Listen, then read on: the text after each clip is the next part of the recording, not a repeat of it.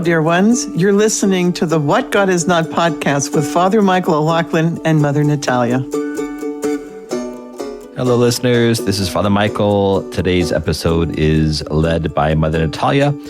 She talks about a book she is reading called The Diary of a Russian Priest and his reflections, the author of this and his wife's reflections on our conscience, on our temptation to wear masks, on our own insecurities, on peace and joy, and something else I can't read on my own handwriting. So anyway, a lot of good things, and just whatever I wrote down and can't read is probably more exciting than all those things put together.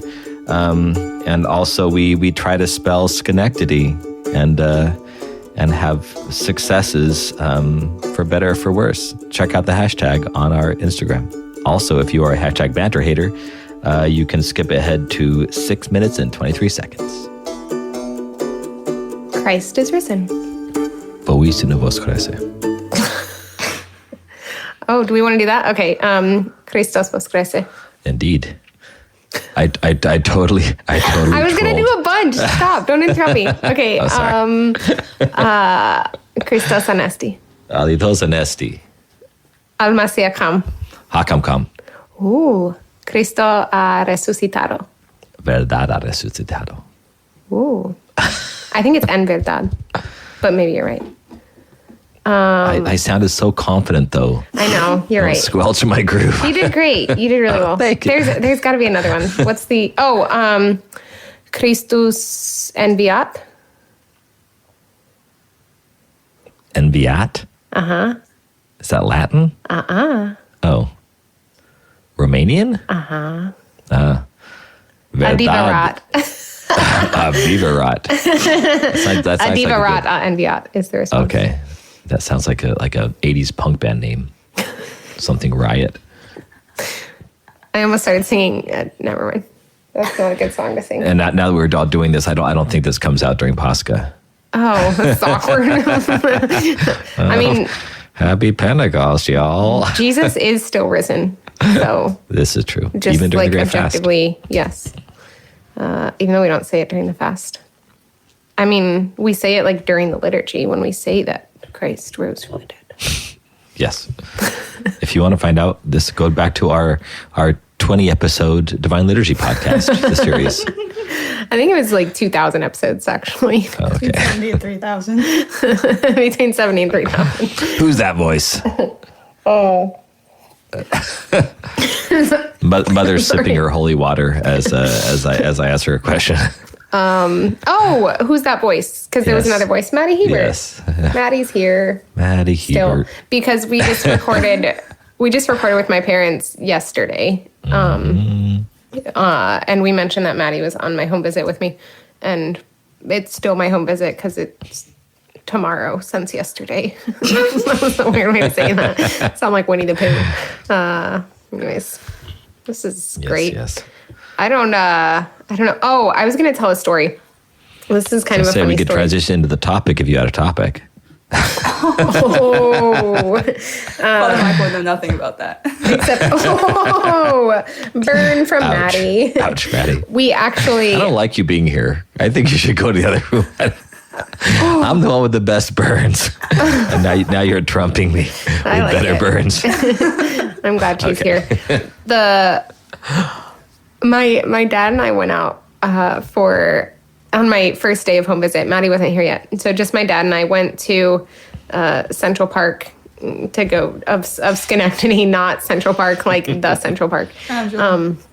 Crown Jewel of Schenectady, Central Park. And we get there and I need to use the restroom. And my dad doesn't know where they are. I'm going for a run and my dad's going to walk around the lake while I'm running. And my dad's like, ask that lady. She probably knows where they are. And it was just a random woman who was there. And I was like, no, I'm just going to try this building. And then I start walking towards the building and said woman calls across, you must be a sister. And I said, I am. And so then I go to say hi to her, even though I have to go to the bathroom. And she talks to me a little bit, asks how I knew that I had a vocation. And people always do this, it's like we're talking for 30 seconds and they're like, so tell me how you know you're supposed to be a nun. And I'm like, in 30 seconds. All right, that's easy. Didn't take like many years or anything. And then I asked her if she knew where the restrooms was, and she says yes. And then she was like, oh, and this guy, look, he just had to come watch what was happening. And I was like, that's my dad. He was just like waiting for me, but she thought he was just some like with the beard. Yeah, exactly. Yeah, exactly. So that was kind of. By the way, funny. before I forget, you need to get a picture with your parents so we can post it on the Instagram. Yes, we said that if you haven't yesterday. already. Okay, good. I mean, Matt, I told my parents that yesterday. By the way, tell your dad that I was trying to look up on Schenectady where the map is. I definitely did not spell it right. Oh my goodness, that is just skin a kitty. I did it. It looks like if you pronounce out loud what you wrote, it totally says skin a kitty. That is definitely skin a kitty. Hashtag skin a kitty has got to be when we're hashtags, but spelled like Father Michael spelled it. It's actually close enough where Google Maps did guess correctly, though. But that's because I put in New York. Skinny Kitty, New York. Skin and Kitty, New York. That'll be a hashtag. I'll tell my dad. He'll also hear it when the podcast comes out. But anyways, that's a funny point to actually transition. So I can transition from there, not from Skin a Kitty, but from the woman that we ran into at Central Park. Transitions a little bit into another story from Central Park that I wanted to tell. Unless Maddie or Father Michael have anything else that they want to say before we move on. No, there's a lake in the park, right? A little park. I literally Central said, Park Rose while Garden. I ran, my dad walked around the lake. That's what I said. You got to remind me to pay attention. That's important in your role in this podcast. It's more of a pond. That's actually. a big it's park. It's a duck pond. You ran around that? Is it not as big as it looks? No. Oh, I'm looking at like the entire baseball field and everything. I mean, I ran 4 miles. There's an Applebee's there. Okay. All right. Steubenville also has an Applebee's. Yeah. So moving on. All right. Father Michael, 623. So I would like to share, I was thinking of doing an entire episode on this because I think we could actually unpack this into an entire episode, but I didn't really want to go that in detail into it. But it does link into a book that I'm reading right now. So I think instead I want to share this story, and then I want to talk about this book because it's really amazing. And wow, he looks kind of scary, doesn't he, on the cover of this book, Maddie? He's kind of scary. A little bit. Kind of scary looking. It's really intense. He looks holy and scary. He is seemingly very holy and seemingly not scary, actually. Oh. So anyways, here's the story.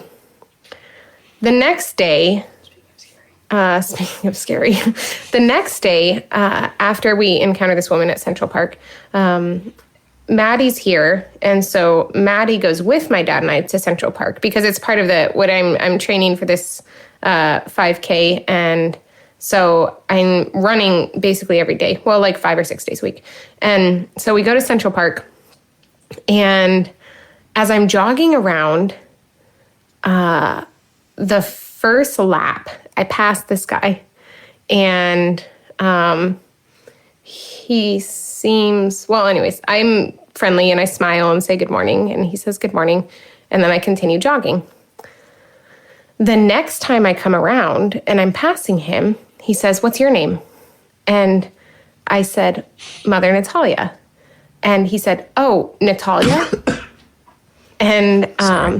And here's the thing, to be very clear, I do not insist on people calling me mother, especially if they're not Catholic. I'm like, that doesn't, like, it doesn't make sense to them. I'm not about that. But I could tell from the tone of this guy's voice that, like, he's trying to set the pace. No pun intended. He's trying to set the tone of this conversation. And so when he just said Natalia, I said, "Mother Natalia, I'm a nun."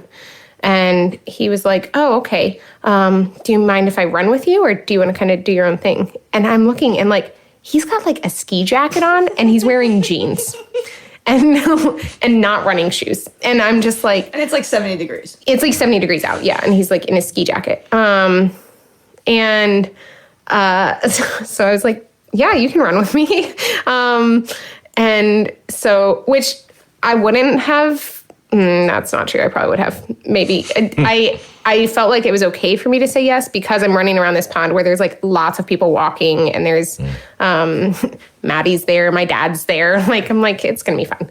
So he starts jogging with me, takes his ski jacket off. He's kind of like switching it from one side to the other. And as he's jogging with me, he says, he was like, so what's it like to be a nun? And I was like, oh, I don't know. It's like, I never really know how to answer that question when it's put to me so abruptly. I probably should think of something, like have something prepared for that, because it's a pretty common question. But I said, we pray a lot. We have a lot of guests. So, and he's like, oh, okay, what's one of your favorite verses of the Bible? And I said, well, I really like in Romans 8, when St. Paul says that God uses all for good for those who love him. And he's like, oh, that's nice. I really like this verse. And he talks about this verse from Exodus. And he then starts talking. He basically, as we continue the conversation, he's basically trying to get me to like tell him that I think that atheists can still go to heaven. Like, that's what this whole conversation ends up being about, right? And I, like, by the end of it, I didn't know his religious affiliation. I didn't understand if he was an atheist. I didn't understand if he was trying to trip me up. But I was very cautious to be, like, very precise in my language. So he wasn't able to trip me up. Like, he kept, and I'm talking about how, like, I can judge actions. I can't judge the souls of people. Like, there is nobody, regardless of their religion, that I feel comfortable saying that person's in heaven or that person's in hell, other than those who are canonized saints in the church, right? Yeah. And because it's just like, God literally says that we can't judge that. But it just was like, from that very first, he then said something at the end that was kind of like, scary, and I was a little nervous for the rest of my run after we parted ways. But anyways, the entire conversation, like, I think first of all, he gave up because he realized that it wasn't as simple as he thought to just like get me to trip on my own words. But I felt like this, well, wow, this sounds very self-righteous. I was about to say, I felt like Jesus, but I felt like I was in a situation of Jesus being questioned by the Pharisees. Because this, like, I had just read one of these passages in Mark the day before, you know, where the Pharisees are trying to say something, like when they ask, about the baptism of John, and they try to trip him up, and there's just such an agenda. And I felt like, as this guy was talking with me and asking questions, he had such an agenda.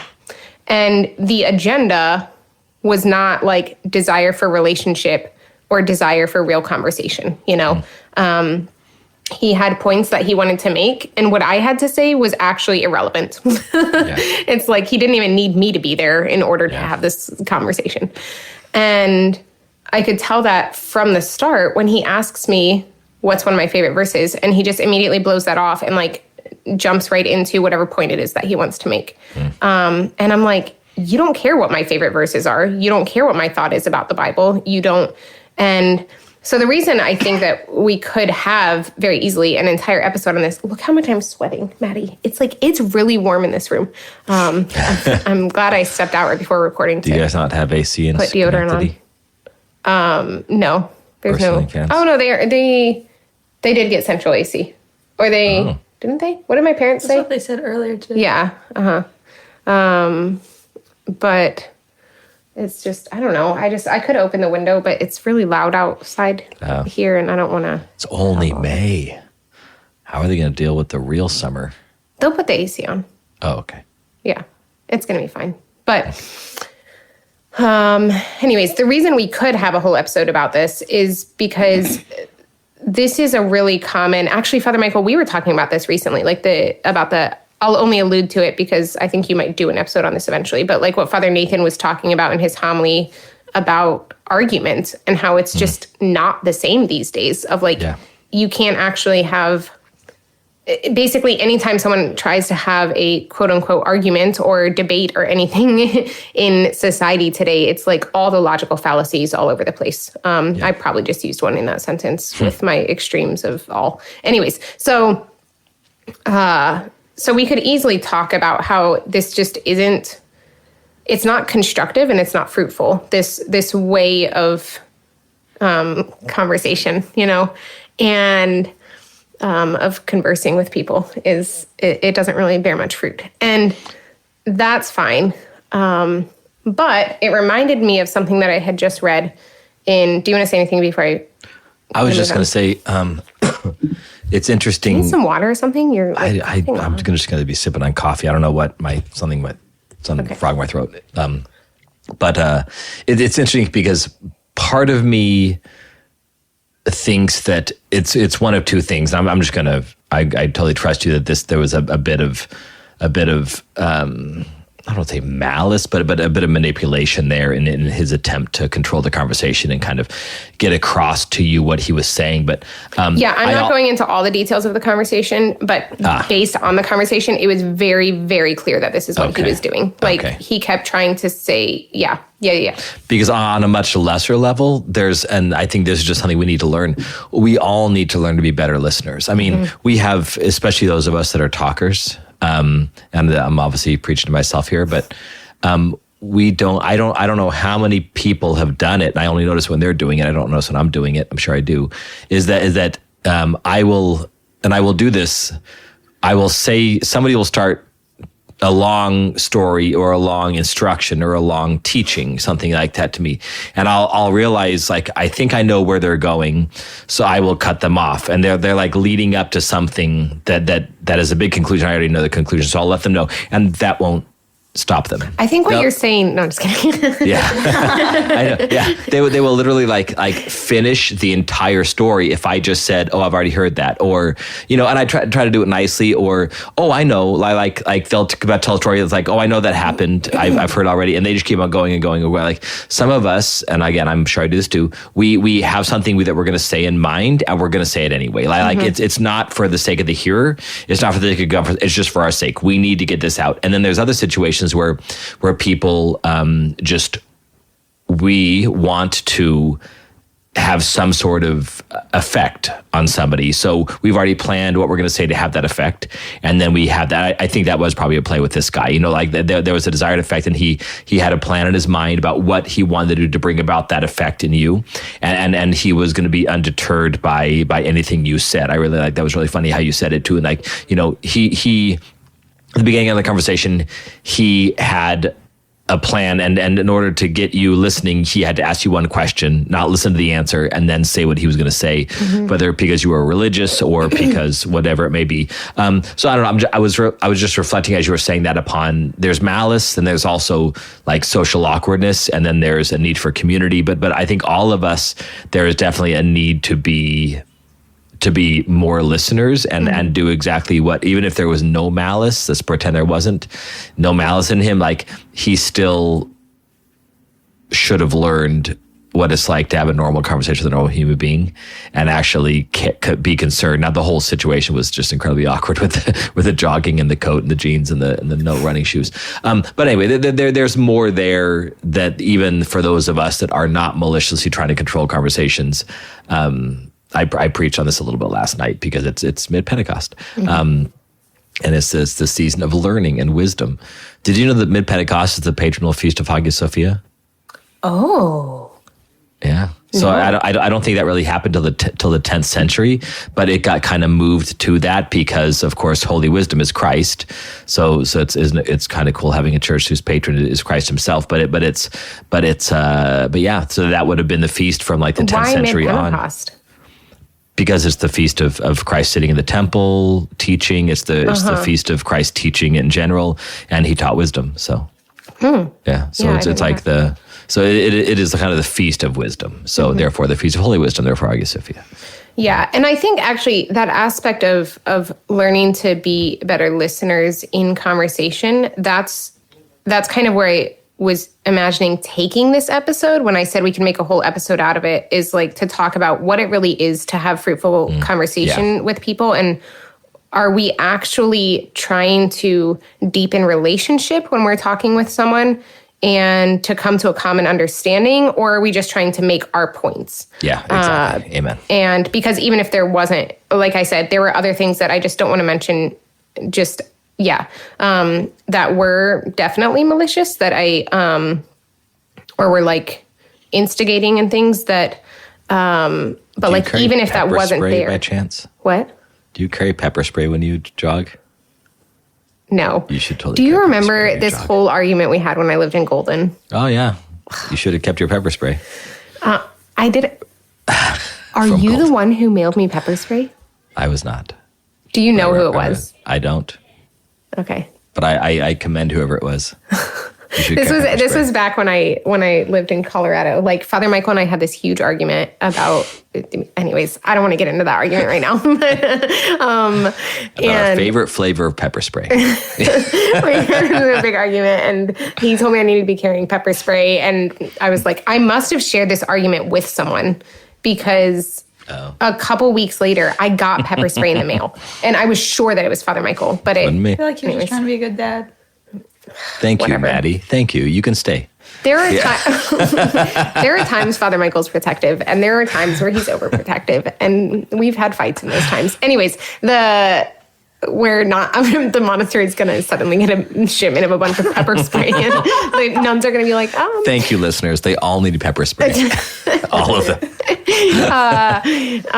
Anyways, but my point being, even if that malice wasn't there, he was very, he was clearly like not even being an attentive listener, like you're saying, you know, like when I made a couple points to counter what he had said, he just like brushed them aside and then like tried something, like he didn't respond to those, you know, he just, so anyways, there is that, but it reminded me of something that I had just read. So I found this book just in our library at the monastery, and I picked it up and started reading it, as you do with books. And it's called The Diary of a Russian Priest. This copy that we have another copy, but this one smells really bad. Like it smells really, what's the word? Like moldy, musty? Smells old. Yeah, it smells old. Some people like that smell. I like that smell. I like the smell at first, but then as I was reading it for like 45 minutes, I started having to, I'm like allergic to the book, basically. It's so musty. So I'll share the one quote that I was thinking of after my conversation with this guy, but then I also want to share some of my other favorite quotes from this book that I've read so far. I'm only, I don't know, a quarter of the way through or something.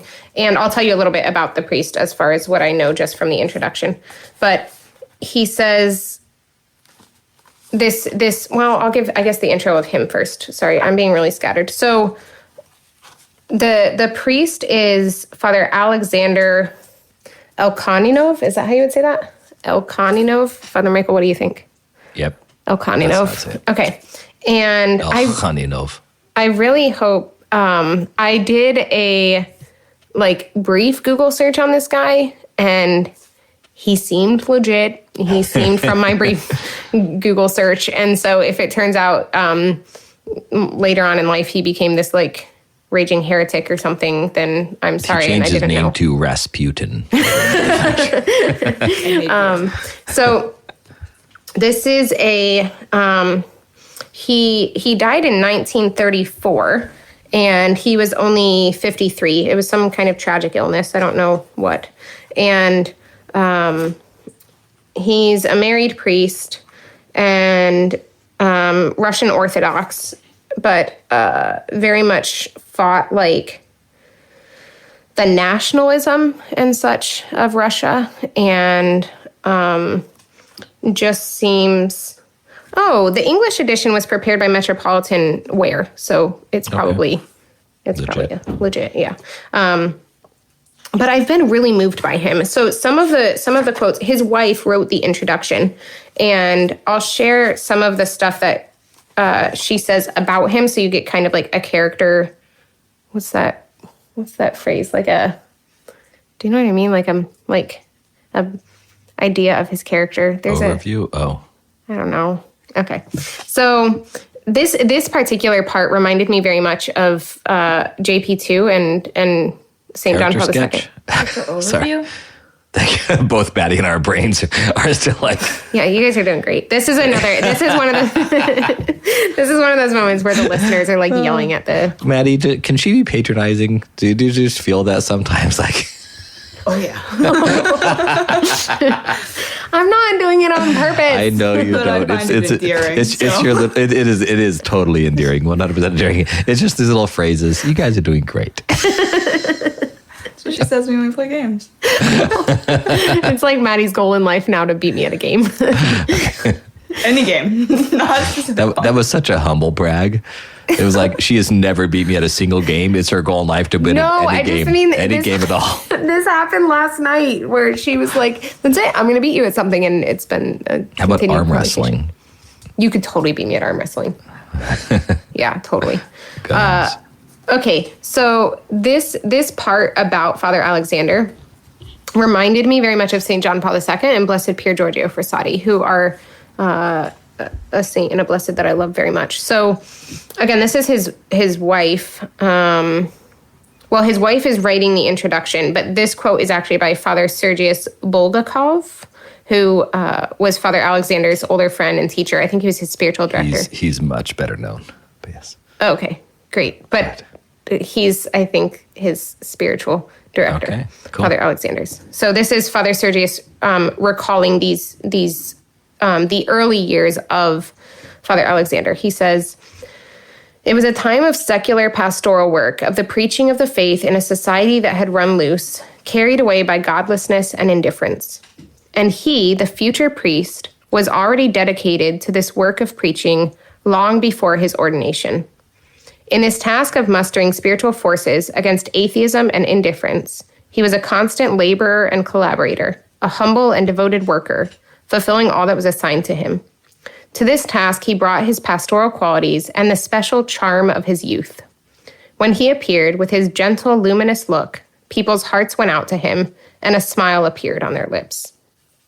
And so I very much, as I was reading about his life, I very much get the feel that it's like people were just drawn to him they were drawn to his charm, but also it's like Father Michael O'Loughlin, right? Like that's what I'm reading about. I'm reading about Father Michael. And who also reminds me of JP2 and Pier Giorgio, except that he doesn't go hiking with me, which is annoying, but maybe he will one day. Old.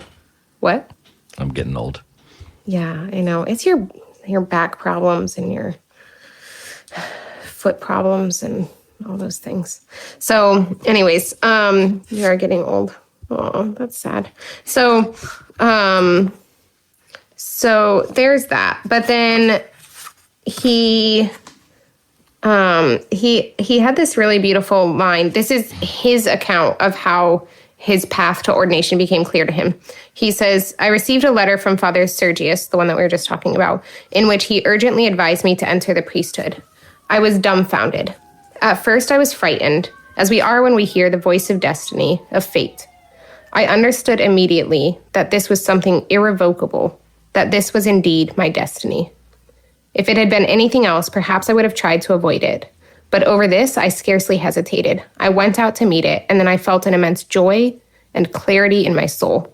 And this is he then talks about how it was his initiation to the second degree. The first degree was marriage, the second is priesthood, is how he described it.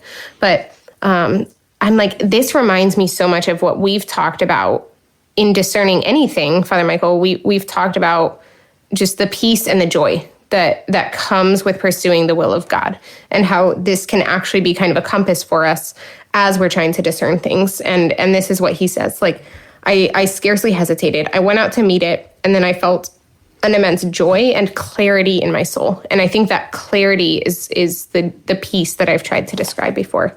Yeah, there's actually, I'm gonna jump ahead to something about that peace and joy.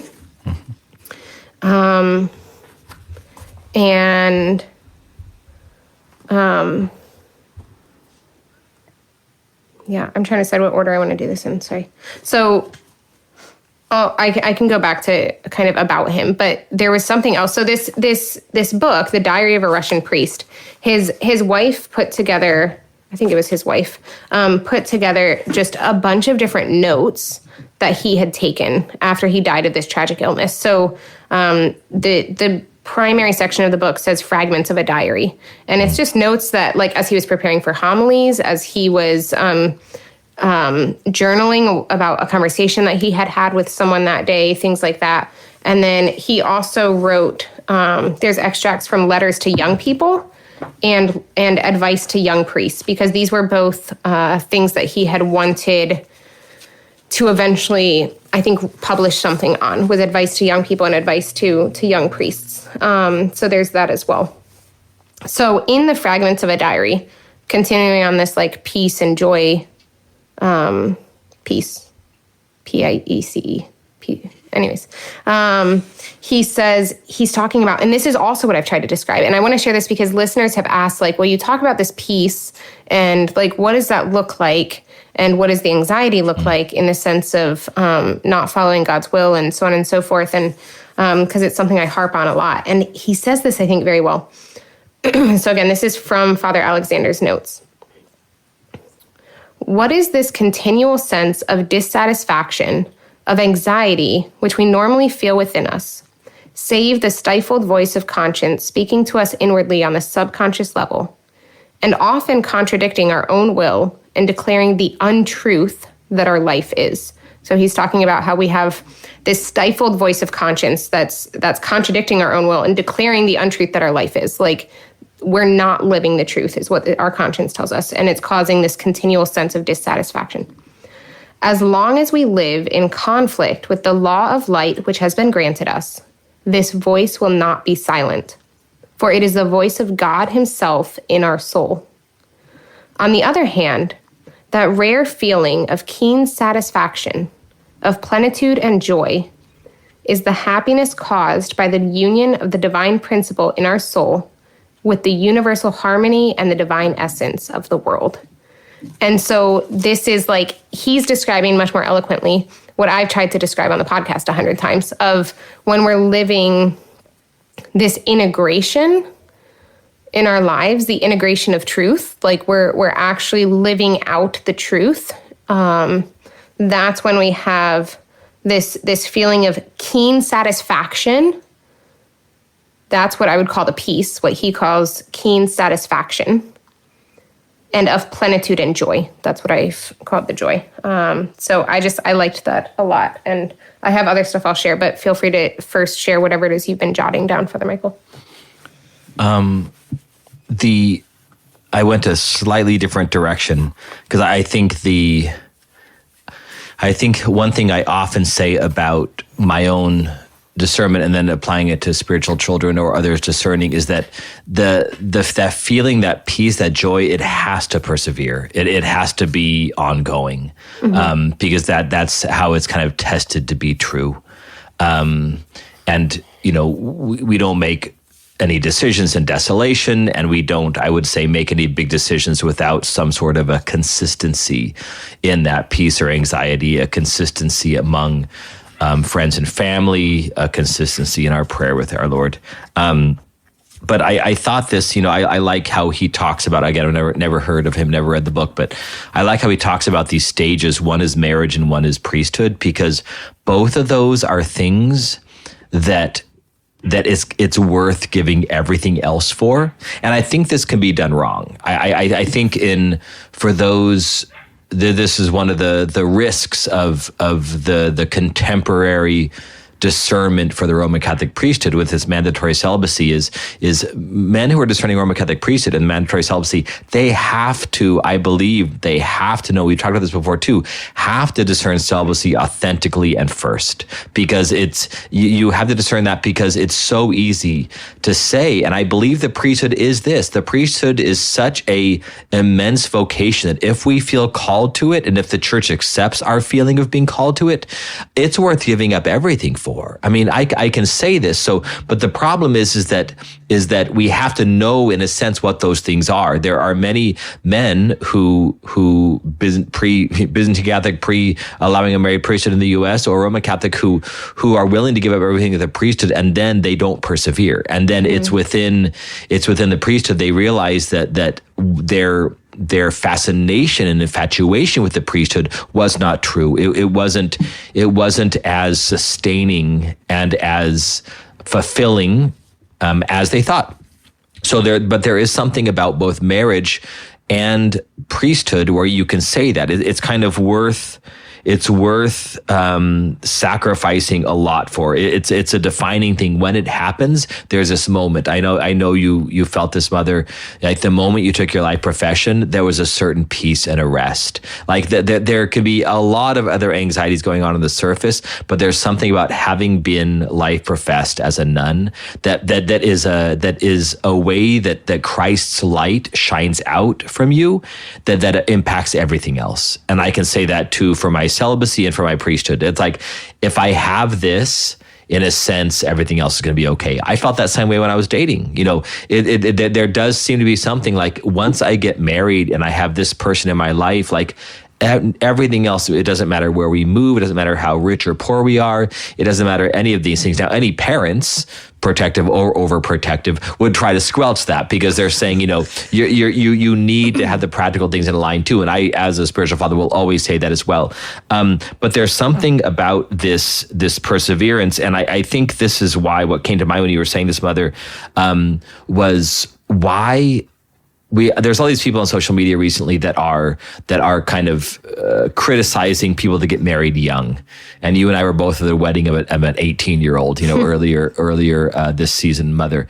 But I think the reason why, and I'm going to go a little bit off track here, then come back, I promise, is that, like, I was thinking about this the other day, in social media, so many people need a break from social media. So many people get so frustrated by social media because social media is literally exposing them to every thought and every culture in the whole world, all at once on their newsfeed. There's no subsidiarity. There's no local, there's no let me talk with the people and have discussions with the people and argue in a good way with the people that are in my direct influence, my circle of influence. And if I can spend more time impacting my neighborhood and my home and my parish and my city and my state and even just the little subcultures within that, if I can impact that subculture, then if my 18-year-old daughter wants to marry a 21-year-old guy from that culture, then I know what's impacted them. There's been a perseverance. There's been a consistency. That there's been a foundation of that culture that's been laid in the hearts of both of them, so that even if they are too young to fully understand what the sacrifices of love are, even if they're too young to understand what it's like to raise a family in poverty, even if they're too young to understand what if my husband or wife develops a mental illness, or what if they have a mental illness, like all these things that are absolutely. What if we lose a child? What if we lose all of our money? These are the things that breed that are such catalysts for divorce. But I think in a sense, we're creating a one world culture with social media. We're trying to, like, the whole world is moving towards having one culture, one view of the world, one view of God, one view of marriage, one view of childbearing, one view of religion, of sociology, of philosophy, all these things. When we're exposed and think we can impact the entire world in these ways, we're creating it's almost going to be impossible, and it almost is impossible now to send our children to college on the other side of the country and be confident that they're going to, sorry, Maddie, I didn't even think about that, and be confident that they are going to, like, actually hold to the goods and the virtues and the transcendent, truth, beauty, and goodness that we tried to raise our children with, because we should have subcultures where we can trust, and we should be kind of marrying within those same subcultures with a desire to baptize our children, to raise them in the faith, all of these things. And this is a consistency It's a constancy and a consistency that we need to have to say that if I got married now, what is there hidden about my spouse or the girl I'm attracted to? Like what is going to be hidden that's going to come out later on that may bring about a divorce? Or how is she going to change? Or how am I going to change? But there's something about this conscience is what you called it. There's something about this informed conscience, this underlying support about what is right and what is wrong and what does a good life look like, and what place does faith hold in it, and what place does love of neighbor and care for the poor and immersion in the life of the church. Like if there should be 5 or 6 things that anybody who's raised in this Christian Catholic, Byzantine Catholic subculture, that I should be much more willing to say the foundation's been laid. I can send my son or daughter to get married to someone that has that same foundation, because I know it's going to persevere, because that conscience, that spirit of God that is guiding this other individual, I can trust. But it's getting harder and harder to immerse ourselves and our children in that subculture of truth and beauty and goodness and seeking in union with Jesus Christ, because everything else in the world, especially through social media and this one world philosophy, one world sociology, one world opinion, one world religion, all this stuff is kind of starting to define. And so, in other words, if I sent my kid out, say, to get married in the world, like I have to say, most other kids their age are being swayed towards the popular American culture, and that's not a culture I want my grandkids raised in. That's not a culture. Like I want my children to resist much of that culture. Be in the world, but not of it, but resist it. So I don't know. I think that there's his speaking of conscience is very, very true. The perseverance of joy that comes from discernment of a vocation. But then also this aspect of marriage that if we're going to have a hope that marriage is going to be fruitful, the person they marry has to have that same foundation. And if we want to give ourselves to celibacy or to the priesthood, it's the same thing. This dedication to that changes everything, but it has to be whittled away at by the devil. And unless we persevere in our understanding and a well-formed conscience formed by our culture, there's no promise of perseverance in that world. And I think to go back to what you were saying about subsidiarity, like I think that's such an important principle here, because it's like it's by the witnessing to these things ourselves that others are going to be inspired to live out that conscience that they're hearing within. Like, we've talked about this many times before, of even in my own like reversion to the faith, I saw the people who were living out the truth, like they're living an integrated life, and I'm seeing their joy. And I'm like, there's something there, because I'm doing the things that the world say will make me happy, and I'm miserable. I'm always in despair. Like I'm not experiencing what they are. And so it's like we see the fruit of peace and joy, and that can be something that we can witness to for others as we're living this out. Another quote that I wanted to share by him is talking about something similar, but it's more so, I think I want to share it in the sense of like the power that witness can be. This one's kind of long, but it must be really good, because I have both a star and an exclamation point, as Maddie can see on this passage. But it's this concept of how tempted we are to wear a mask, and to try to wear a mask to try to fit in and be seen a certain way by other people. He says, and again, he's writing this in the early 1900s, but it's just so applicable today. The opinion of others about us. This is the mirror before which we all, almost without exception, pose. A man molds himself in order to be such as he wishes to appear to others.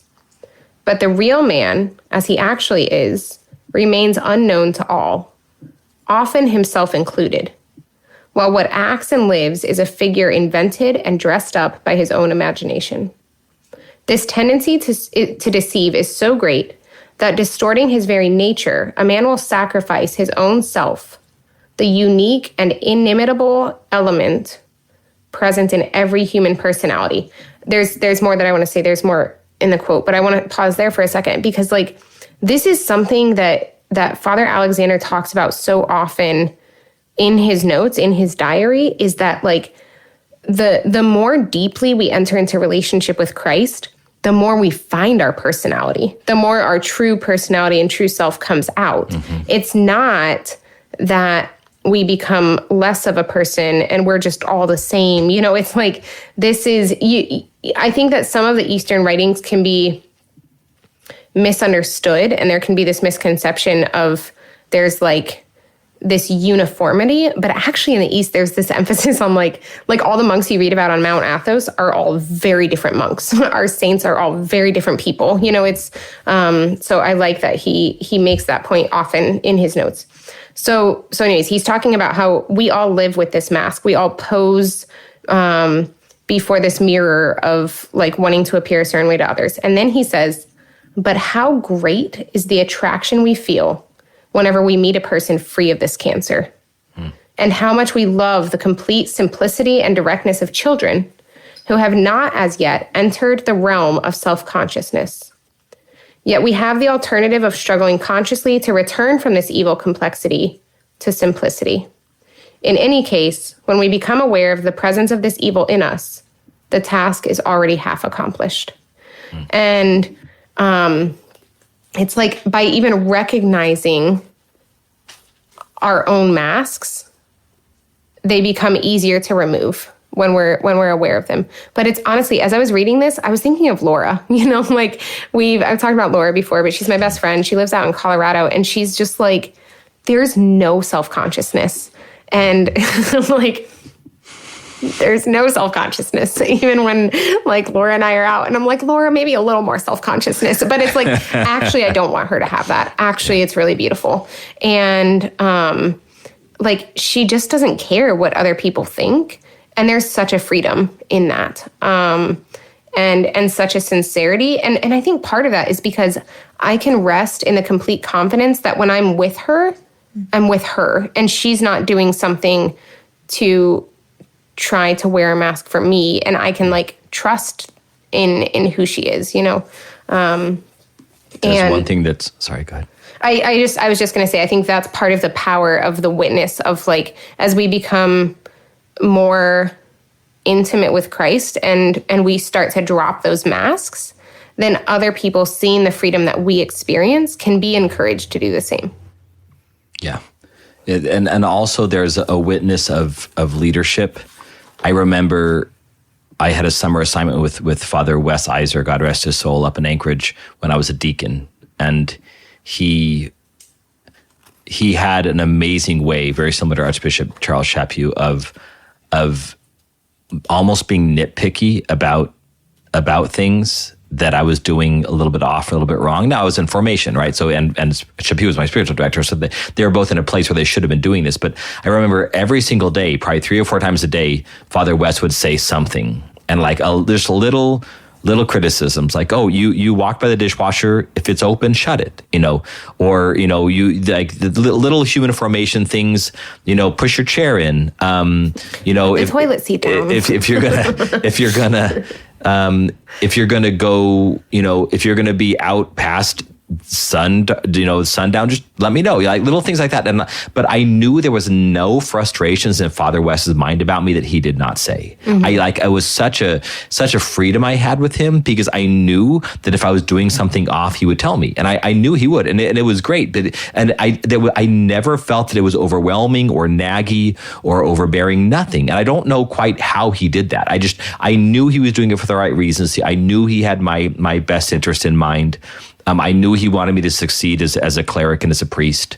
I found out later he was actually forming me because he thought I was going to take over Anchorage after him. So like he was very much actually preparing me to serve his people. You know, obviously that didn't happen. But the same thing with Chaput. Like if there's a way of saying, with the masks we have on are usually because of our own self-consciousness, like in a bad way, low self-esteem, the way we present ourselves. But if we have people in our life like that are leaders, that we can start to take that mask off slowly, because we know that they're going to guide in the positive and the things that need to change, both, and that they're going to walk with us in that challenge. That's just such a freeing place to be, and allows us to gently and organically remove those masks around people who are gonna make sure that we are gonna get through that process okay. Mm-hmm.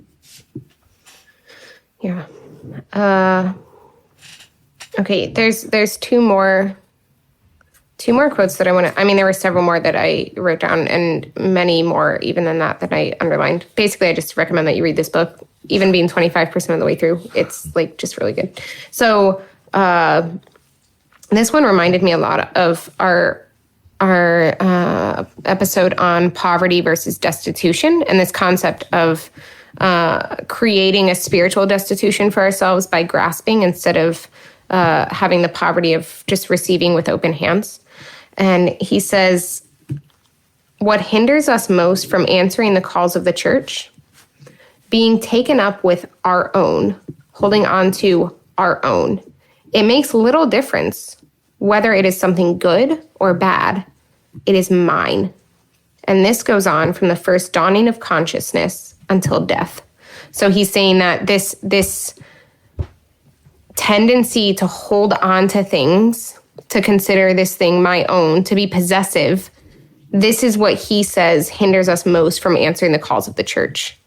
And I think that there's a great truth here, because it's like, how many people don't want to discern a vocation because it means whatever vocation, right? Marriage, celibacy in some form, whatever it is, like, don't want to discern that because they want to hold on to this particular thing, be it material, be it some aspect of their personality or some way in which they like to live. They don't want to have to like change their habits by moving in with, whatever it is. It really is this, like, as we're grasping and holding on to things that we want to be ours, we're not actually free to answer what the church is asking of us. And so it's a lack of poverty, really, is what he's describing. And then there was one other thing I wanted to share. Did you want to say something about that, though? No, I just think it's. I'm thinking of a couple of situations that I'm not going to share individuals, of course, but where it's hard because there are certain situations where, like, just say that there's, different Byzantine monasteries throughout the country. Say there's 10 female monasteries. We don't have that many, but say there's 10. And so one sense you could say, what if I just went to my spiritual director and said, which one should I go to? Or even like did something silly like, flipped a coin or drew straws or something like that. Like there's a certain openness that way, but there's also choices. So in other words, like this is what my mom said. I think I mentioned it yesterday. My mom sat when we were recording yesterday with your parents, my mom sat down my bishop and was like, if my son went Roman Catholic, he'd have all of his loans paid, and he'd get seminary paid for. Like, in other words, like and anybody could, like, even within the vocations that we are called to, we can still choose. Well, I like this religious order because they do this, and that's not a bad thing. It's just finding the wisdom. But I do know a priest. He was in Denver, and he said he pretty much told his bishop, send me to where nobody else wants to go. Like whatever the stereotypically worst assignment is, send me there. And I loved that. Like that there was just something so freeing about that. I'm not going to resist my vocation. If I literally go to where nobody else wants to go, and that's probably where I want to go least as well, then there's such a freedom to saying, then I can't be sad. If I get moved here or get moved there or be asked to do this, I cannot be sad because I'm actually seeking what would have probably made me sad. And I have confidence in my vocation and in Christ's work that I'm not going to be sad in that situation. And even in those choices that we have, like you're saying, it's not a bad thing to have choices. And even in those choices, though, there's a difference between making the choice and presenting this as our desire and then holding on to it and being unwilling to let it go if it's clearly not what the church is asking, if it's clearly not what God is asking, which God speaks through the church, you know? So like I've brought this up before, but if someone were in, for example, if someone were discerning with our monastery and like they have it in their mind that this is the place I'm supposed to go and this is where I'm supposed to be, and they're just totally convinced and they're just like clenching onto that, and then they come and Mother, you know, is just like, you know, we don't feel like you're called here. We don't, then like, that's not yours to just clench onto. Like, this is Mother's discernment. This is the community's discernment as well. It's not just your own. Like, even in that sense, it's not your own. Yeah. So I remember, I think I've told the story before, but when I was young and I said, I would think I was a seminarian, and I said to a priest, well, if the bishop sends you there, it's obviously God's will. And he just laughed. He like laughed. He's like, you really think that bishops always do God's will?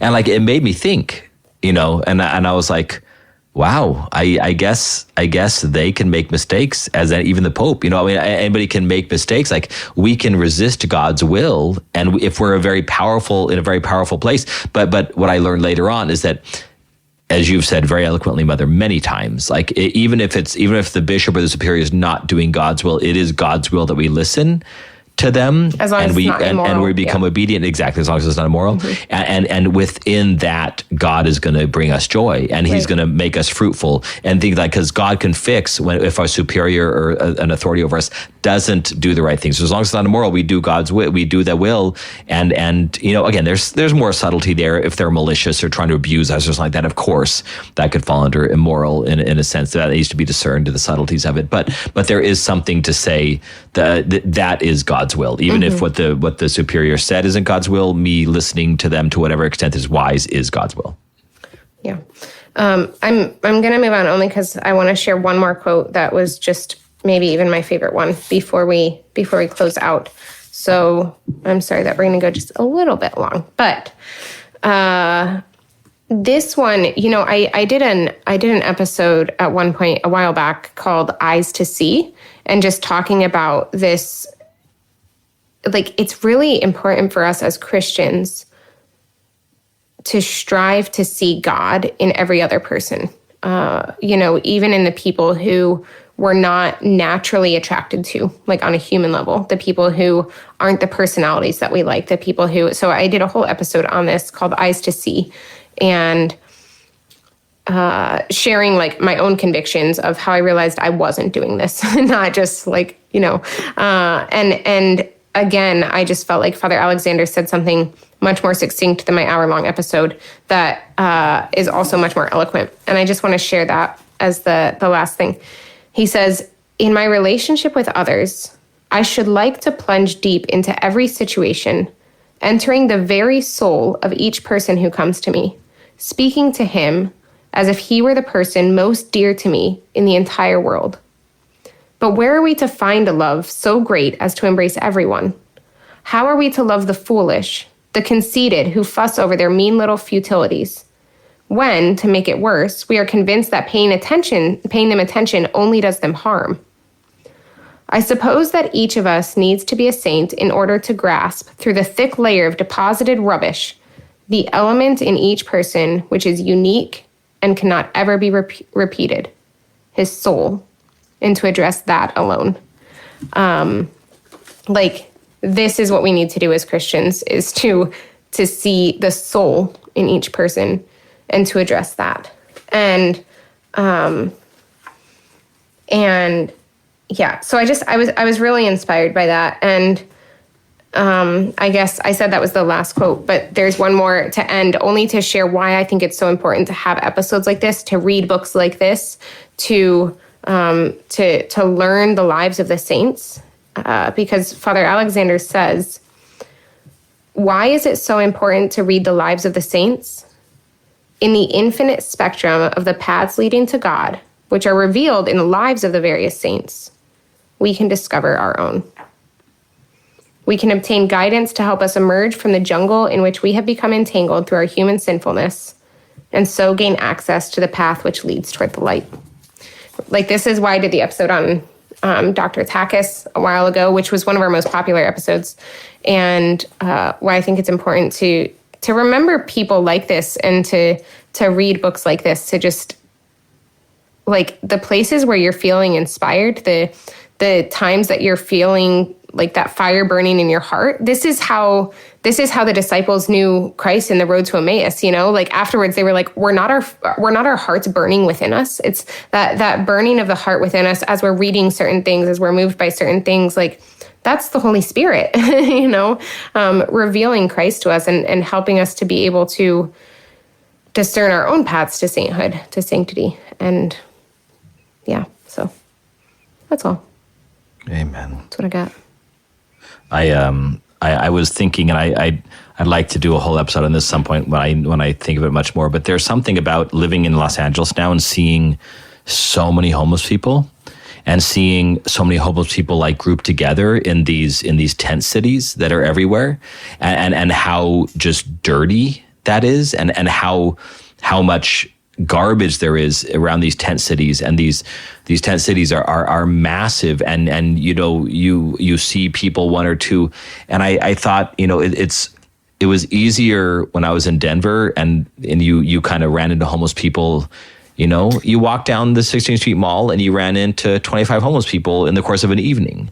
If you walk around Skid Row, you're running into 1,000 in the course of an evening, and how much harder it is for me as someone who loves the homeless to look at each soul and to love that soul when there's 1,000 in a tent city rather than when there's only 25 in the course of a walk, and it is harder for me, and that's probably to my shame, but, I think there's something about when I look out at a sea of concert goers at Coachella, or if I look at like a skyscraper and I see, all these lights on the skyscraper and know that there's, people in each one of those rooms working or living or whatever, for some reason, and again, probably to my shame, it's easier to like see that mass of humanity and to see each one as like an individual soul, rather than it is looking at a tent city.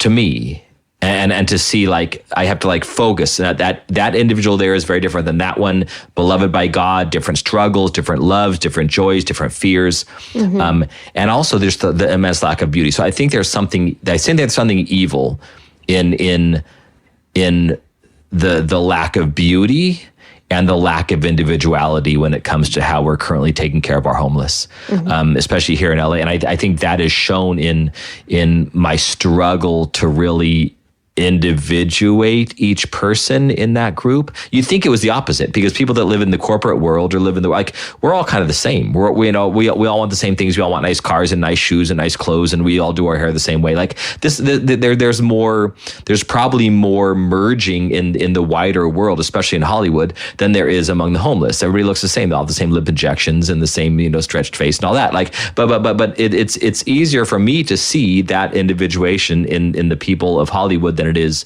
in the homeless, and there's something wrong about that. So there's something about that soul of each that I think that's a good measure and a good test to see if even as we as a society are able to put people in a place where they can be loved, like we hear in Matthew 25, each one individually, and there's something evil about the current homeless situation, the way we're currently living it out, especially here in California, because it just seems so demeaning, and it kind of, to me at least, I need to process this more, but it kind of lumps all homeless people into one group, and I need to do a better job of working on that. But I think we as a society do as well.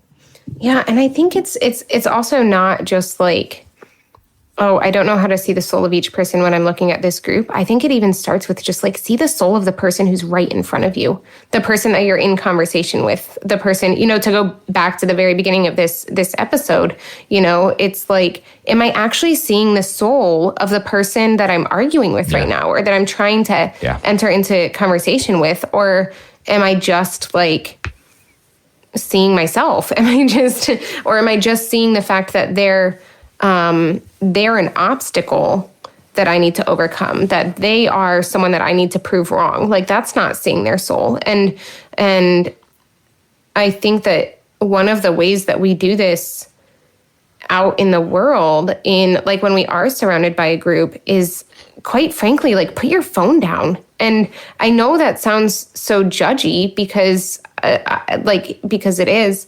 And before I ended, I love that we don't have cell phones at our monastery. Like we don't have personal cell phones. We have the cell phones that the whole monastery shares that are travel phones that when we go out, we grab one. Like I have one with me now because I'm on home visit and things, but it's like, because I have a very addictive personality, and I was constantly on my phone before I entered the monastery. And like, I need that. But it's, when I was on retreat at one point at La Trobe in Pennsylvania, I'm like sitting and praying on one of the benches on campus there's a college campus there. And I'm sitting on a bench, and I was actually between holy hours, and I was just sitting there, and almost every single person who walks by is just looking down at their phone. And I'm like, I can't even make eye contact with any of them because I don't even have the opportunity to.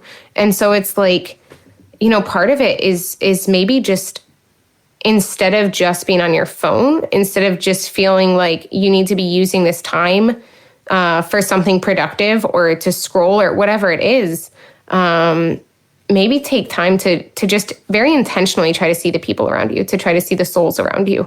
And I think, I was going to announce this on this podcast anyway, so this is kind of a good place to do that. But our bridegroom's banquet this year is going to be September 10th. And so by the time this comes out, I think registration will have been opened. But if just check our website, christthebridegroom.org. There's a tab for the bridegroom's banquet at the top of the page. And we'll have, this is our annual banquet. It's our fundraiser. We're raising money to probably continue chapel renovations. I don't remember if we have enough for those yet, but also we need a bigger monastery because we're just growing and we're not going to have enough cells. What? It's just that funny. We need a bigger monastery. Actually, the whole thing.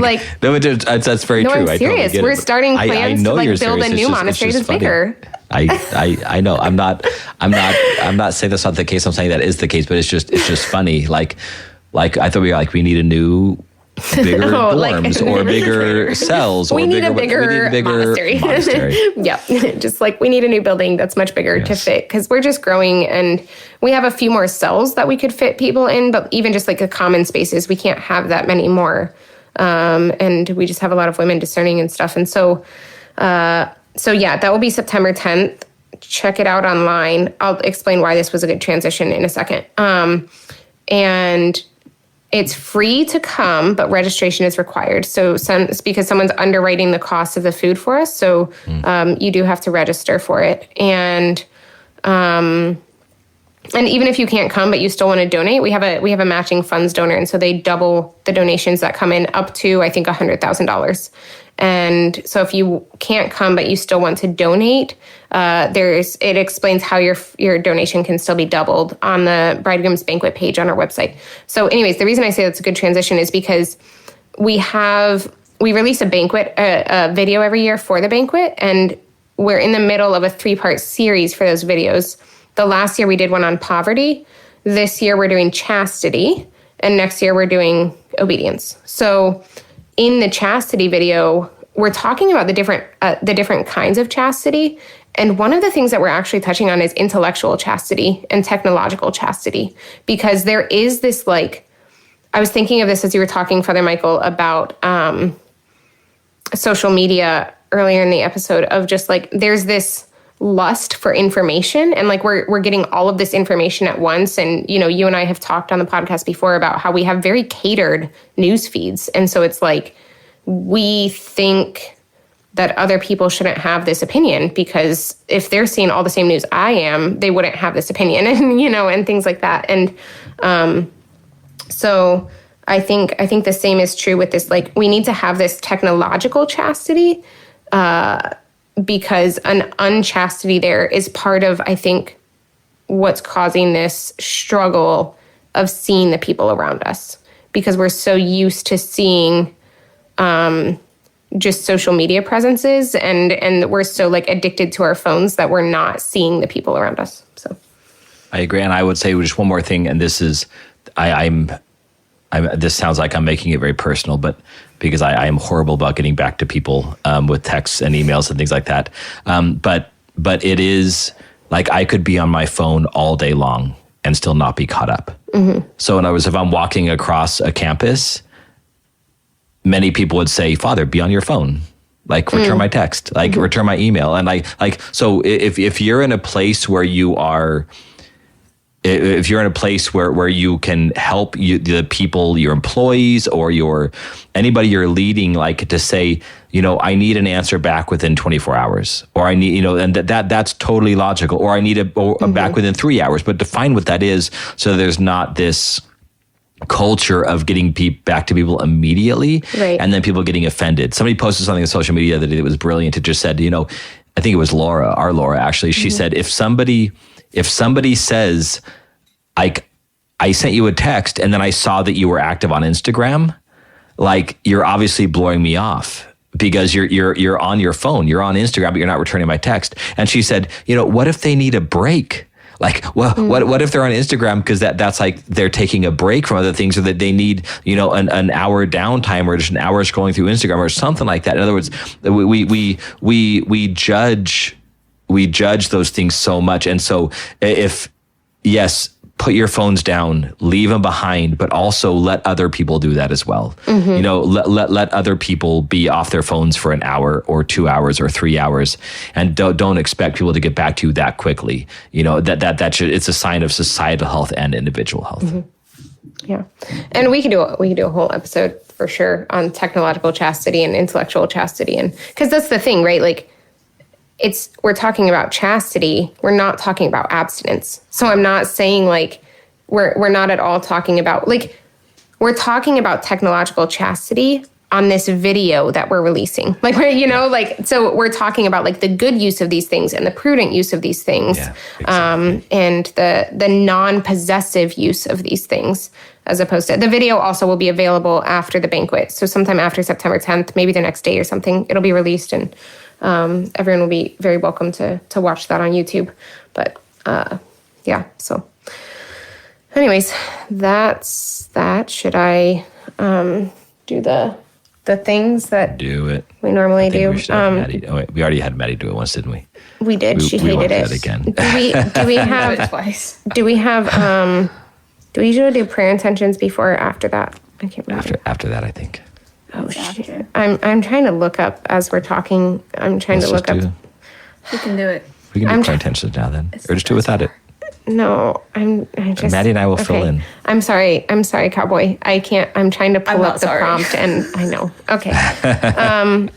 Please, whatever you listen to this podcast on, you can like and rate and comment and all of that, and it helps more people to hear about the podcast.